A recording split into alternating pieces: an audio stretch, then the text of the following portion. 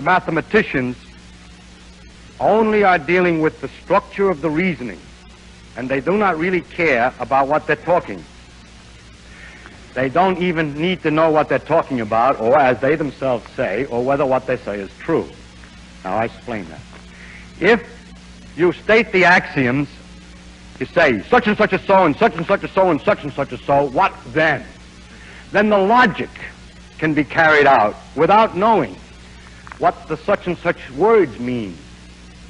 In other words, mathematicians prepare abstract reasoning that's ready to be used if you will only have a set of axioms about the real world. But the physicist has meaning to all the phrases. And there's a very important thing that a lot of people who study physics that come from mathematics don't appreciate. The physics is not mathematics, and mathematics is not physics.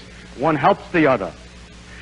But you have to have some understanding of the connection of the words with the real world. And this is a problem which is not a problem of mathematics at all.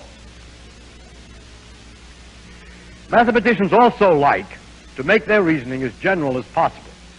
If you say, I have a three-dimensional space, ordinary space, I want to talk about ordinary space. You know, you're in it and you measure distances and there are three numbers you need to tell where something is. You go breadth, width, and height. Three-dimensional space, and you begin to ask them about theorems. Then they say, now look, if you had a space of n dimensions, then here are the theorems. Well, I say, yeah, but I only want the case 3. Well, substitute n equals 3. And then it turns out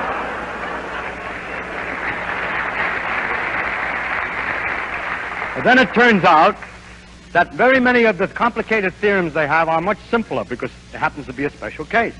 Now, the physicist is always interested in a special case. He's never interested in the general case.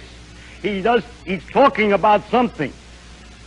When you know what it is you're talking about, that these things are forces, and these are masses, and this is inertia, and this is so on, then you can use an awful lot of common sense, seat-of-the-pants feeling about the world. You've seen various things. You know more or less how the phenomenon is going to behave. Well, the poor mathematician, he translates it into equations, and the symbols don't mean anything to him, and he has no guide but precise mathematical rigor and care in the argument. The mathematical rigor of great precision is not very useful in the physics, nor is the modern attitude in mathematics to look at axioms.